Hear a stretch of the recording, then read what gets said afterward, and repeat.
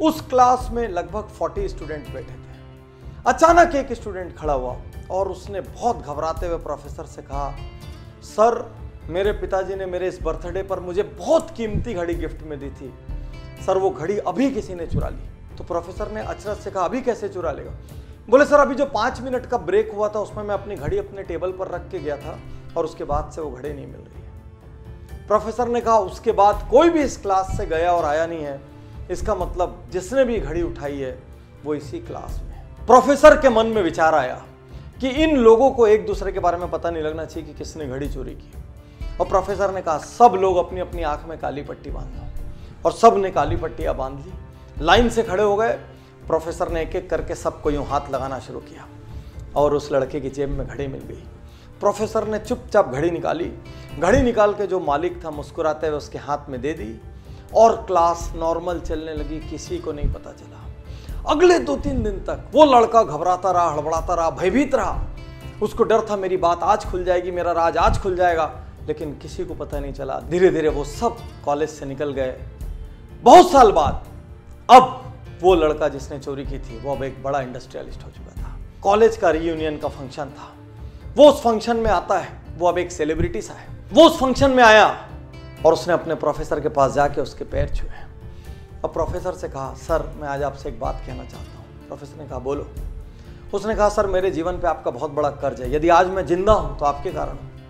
Professor ने बोला, ऐसा क्यों? उसने कहा, सर आपको याद नहीं होगा, एक बार आपकी क्लास में एक घड़ी चोरी हुई थी और आपने सबकी जेब चेक की थी और मेरी जेब से वो घड़ी मिली थी, लेकिन सर आपने उस दिन वो बात किसी से नहीं की। मैंने निर्णय लिया था यदि उस दिन ये बात सबको पता लगी तो मैं सुसाइड कर लूँगा। सर आपने मुझे माफ़ कर दिया, उस दिन आपने मेरी इज्जत रख ली, उस दिन आपने मेरी सेल्फ रिस्पेक्ट रख ली।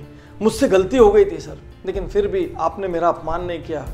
आज मैं जहाँ भी हूँ सर उस लेसन की वजह से, मैं यदि जिंदा हूँ सर तो आपकी वजह से। और प्रोफेसर कहता है, अच्छा वो तुम थे क्या? तो लड़के ने अचरज से कहा, मतलब?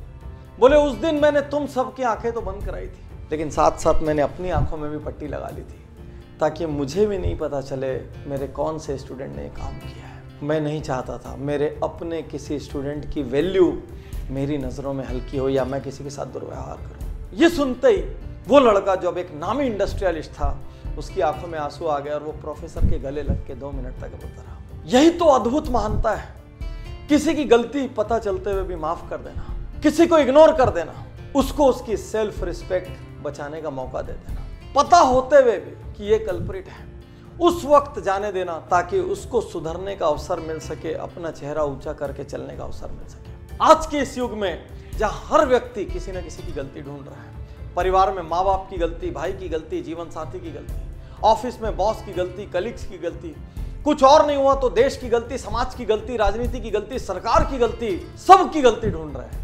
ऐसे में क्या हमको ऐसे लोग नहीं चाहिए जो एक दूसरे को माफ कर सके? माफ करना और माफी मांगना ये कायर नहीं कर सकते, ये शक्तिशाली लोगों का काम है। साथियों, इस कहानी ने मुझे इतना इंस्पायर किया।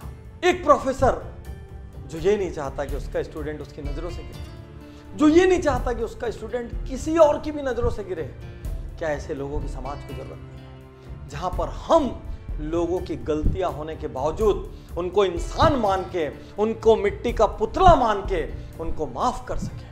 हमारे भाई से गलती हुई, हमारे पार्टनर से गलती हुई, हमारे जीवन साथी से गलती हुई, हमारे किसी और फैमिली मेंबर से गलती हुई, रिलेटिव से गलती हुई, कलीग से गलती हुई, मोहल्ले में, कॉलोनी में, स्ट्रीट में रहने वाले किसी से गलती हुई, समाज के किसी अंग से गलती हुई, 1-2 बार माफ कर दो, जाने दो ना उनको उनकी सेल्फ रिस्पेक्ट के साथ। गलतियां ढूंढना महानता नहीं है, गलतियों को इग्नोर करना और सामने वाले को अपना सम्मान बचाने का मौका देना महानता है।